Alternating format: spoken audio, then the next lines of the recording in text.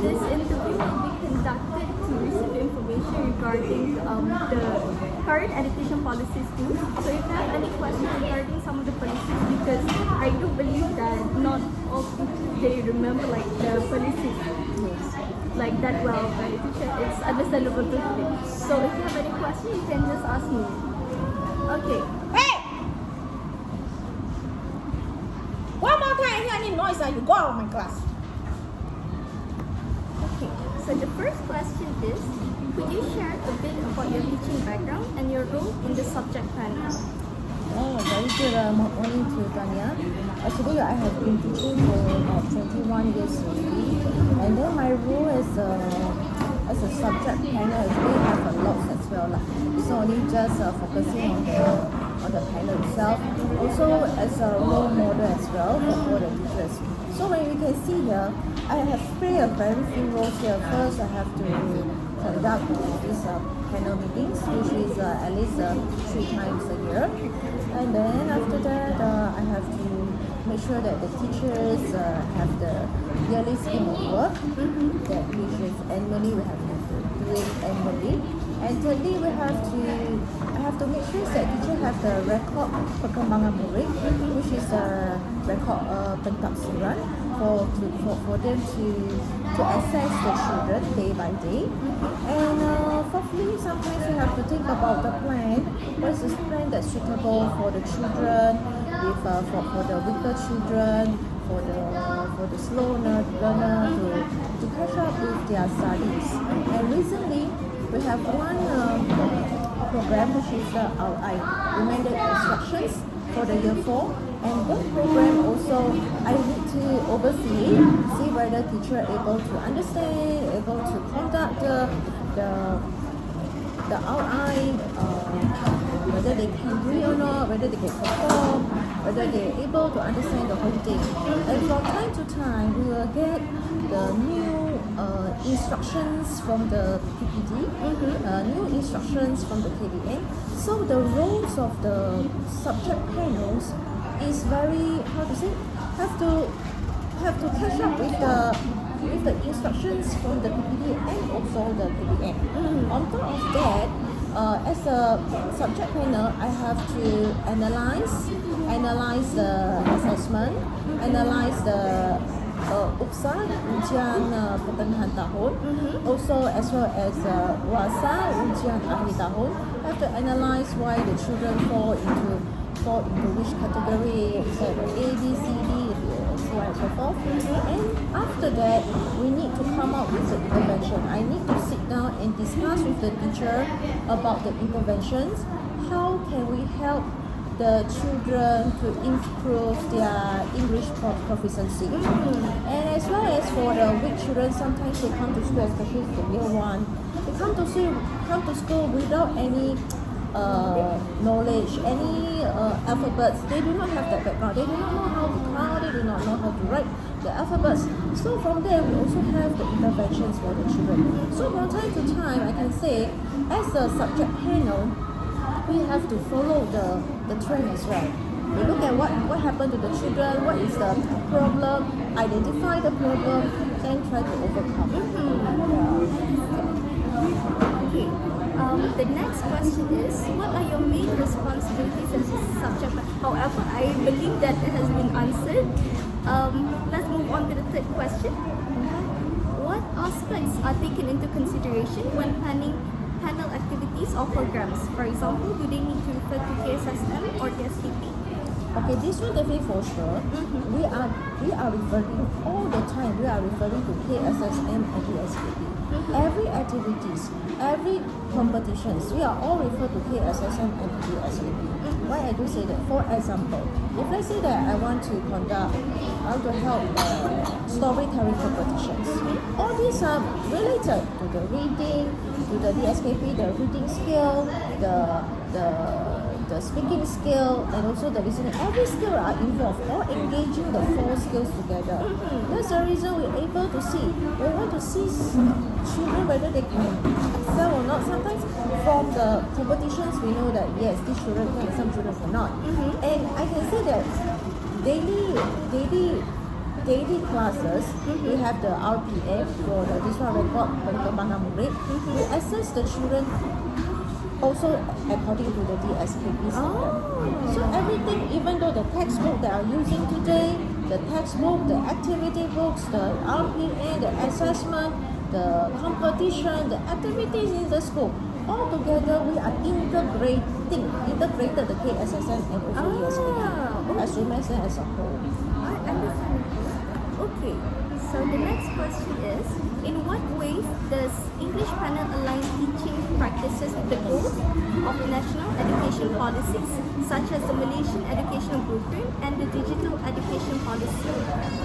For example, do you integrate high-order thinking skills, HOTS, 21st century learning, or digital tools like Google Classroom? How does the panel encourage continuous professional development in line with the PPPM? Okay, what I can say is when we think about higher order thinking skill, this is what we have done. Even though not in the Malaysia education, we have done all the time. All the time. HOTS is something that to develop the children thinking skill. So this one is teachers, most of the lessons that go in the lesson plan, we have the HOTS, the higher order thinking skill by simply asking why, by simply asking how. So to arouse and to give them, to let them to have the, to let them to think deeper than what's supposed to be, so they can be a good thinker. For the 21st century learning, actually our PPD Petali Utama, we are very emphasized on 21st century learning, including like differentiated learning, including like we have the traffic lights, we have the methods like stand and share, we have lots of that methods that able to come together to build a very conducive classroom for the children to excel in their studies. And for digital tools like Google Classroom, from time to time we are using Google Classroom. But I can see that nowadays, because of this one, we're back to the physical class. So usually we are not very frequently used as a PDPR. But some of the time when we think that it is necessary, we still going to use the Google Classroom. Yeah. Well, for the panel, encourage continuous professional development in line with PPPM. Well, it's not only the panel encourage, but I think the administration, the headmistress, and the management, they also encourage us to continue to have the professional development. From time to time they have courses. Time to time. Okay, so the next question is, how does the panel support teachers in assisting students who struggle in English? Are there any intervention programs or initiatives that reflect the educational transformation agenda or any of the 7 main thrusts? For example, do you organize linus screenings, remedial classes, peer tutoring, or reading programs like NILAB? Or even the MPI program? How are students identified and supported based on academic data? Well, because every school, I believe that they have the good learner and also for the weak learner. For the weak learner, we always have the interventions program for them. Some of the pupils, they come here because they don't know certain skill and certain skill. So the teachers, the subject teachers, usually they play a role to give them one-to-one tutoring in the classroom as well. And this one also can refer back to the differentiated learning. When we have the differentiated learning, means that the good one we put them in the group, the slow one we will put them in the group. So it's easier for teacher to teach them as well. See?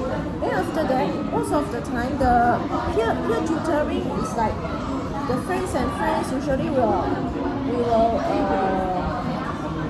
will select one in a group we will select one leader to assist the group as well.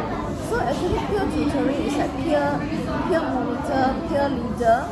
I can say that they sometimes their role we have to very details on the roles because we have to understand that the peer leader is not the one who prepare the children with the answer. They are the one who's supposed to teach. But sometimes children, they are not as experienced as teachers. So most of the time teacher have to step in and then to reteach and then to guide the children, to guide these children. For the remainder classes, even though with the today from the KBA, however, they want us to have the remainder class in the classroom. In the classroom means that the good children, the good learner, the fast learner, they will do their activity, and for the slow learner, we have another activity for them. We have another worksheet for them. So all together, they come together, they can learn together. But then my school, we are planning to have one more program for the children. The program is one coaching the year 4, so that the children able to have more understanding, to increase their proficiency in English. Yeah. Okay. The next question is, How are students identified as supporter based on academic data? Okay, these students, basically after we have the RPA, the assessment, we will gather the data, we will collect the data, and then the head of panel will analyze the data. For the data, we're going to separate it, we're going to analyze it, and then based on the data, we identify which students, which group have more people say about. Band 1 and Band 2, we will pay more attention on Band 1 and Band 2. Because Band 1 and Band 2 for us is considered as weak. Band 1, usually the children, they are the absentee. They are always absent, frequently absent. That's the reason they fall in the category of Band 1. But for the Band 2, maybe a little bit of the skill they need to polish. Yeah, that's the thing that I can conclude. okay, the next question is, how are assessment methods like PPD, Pentaksiran Bilik Darjah, and PBS implemented in the English panel? How do you ensure these assessments align with current national reforms in assessment strategies? So current national reforms includes digital learning and education transformation agenda. For example, do teachers use specific rubrics or checklists? Okay, yes. In this school, I'm giving them the checklist and also rubric for the PPD, for the Pentaksiran Bilik Darjah. So every teacher, if I say the year 1, I give the year 1, year 2, year 3, year 4, and year 5, and year 6. So from that, the teacher will have the checklist to check whether the student, whether it's a Band 1, Band 2, Band 3, Band 4, or Band 5, or Band 6. So we have that because we want to align, we want to formalize everything is the same, so that every teacher, they will know what roles they are playing. In fact, the activity books that we select also have the standard specifications there, standard prestasi, so the teachers can choose from there which standard that they want to assess the children. So from the workbook, they also is a tool for them to easier the task, to lighten their burden in preparing the assessment for the children. So actually for this is for the summative. For the formative, we also have the exam base. Exam base from year 4, 5, 6, we have the listening assessment, speaking assessment, and also written assessment. These 3 assessments, we make it as a formal assessment. So the children will get the same questions, the children will answer the same question, the children will listen to the same audio. So that it will not have like, how come certain class they have better mark in there, certain class is not. So from these 3, we already like centralize everything. Means that the teachers is easy to compare where does the children status are. This is a thing. Okay, understand. The next question is, what types of digital tools or innovative teaching methods are being used to enhance English lessons? How do these initiatives align with the digital education policy, and do they involve any community or parental support? For example, do teachers use smart TVs, online quizzes, or Google Meet for lessons? Are parents involved in online reading session or competition? And if you don't mind this, the other day I interviewed a student and they all said that they love the way you teach because you incorporate language arts such as songs. And so by incorporating this, technically and automatically, you are using the digital tools. So can you Okay, you see. have your opinion? Because nowadays, I know ICT is very important. We also would like to have ICT for all the children. Unfortunately, my school have very limited access to this ICT. When you say about how to do the quiz, the word wall, it's a very funny thing, it's a very good thing, it's very easy for teachers to handle it. But the thing is, we not enough laptop. Only teacher got one, how about the rest? Somehow we have to do with the, have to challenge, the challenge we are facing is the internet. So the modern one can access one laptop. The rest of the children just see and stare at us. So for me, rather than wasting this kind of time, I rather put my effort in the physical. But most of the time, I will use the DSP as well, ICT. Like the audio that they can listen, I have to play for them. At certain times, like certain things that I need, I will do, like LCD, projector, yes. But talking about quizzes and word wall, it's not that we don't want to do that, it's that we do not have the facilities. Google Meet for lessons, well, I mean nowadays we already have the physical class, so usually we do not conduct any Google Meet for lesson unless this is very urgent, very necessary, then I will conduct the Google Meet. But for time being, there is no any planning for Google Meet because we already have physical class, children can come to school. Parents, we try to involve parents in competitions. Just recently we conducted competitions to record the children reading together with the parents, but unfortunately the response is not that good. Only 1 or 2 responses. So not that good when we know that parents also have their challenges in using the ICT. Because when we want to do about the ICT, firstly you must have the gadgets. The gadgets that the parents has most probably only the mobile phone, which is not enough to support the competitions. This is what we understand now. We also know that the parents also have their own challenges to face. Okay, and the last question, based on your experience, what are some challenges in implementing national education policies at the panel or school level? Do you have any suggestions or recommendations for improvement? For example, are there issues with internet access, teacher readiness, time constraint, or parental involvement? How do you think this can be improved at the school or ministry level? Hey! Sit! I say no more voice, Me myself also cannot listen to what teacher Daniel said. You quiet!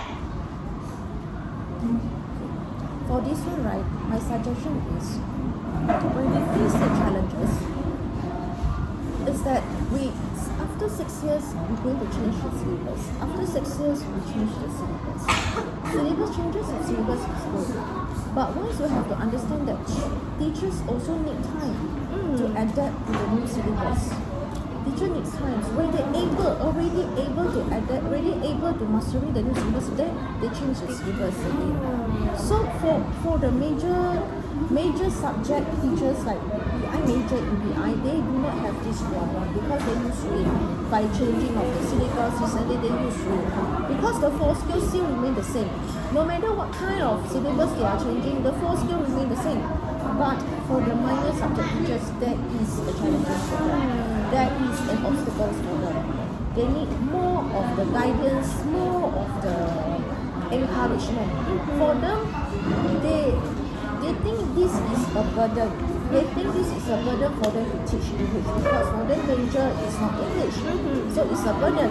Somehow when they have to go and take the exam, to sit the exam, they have to sit the proficiency exam.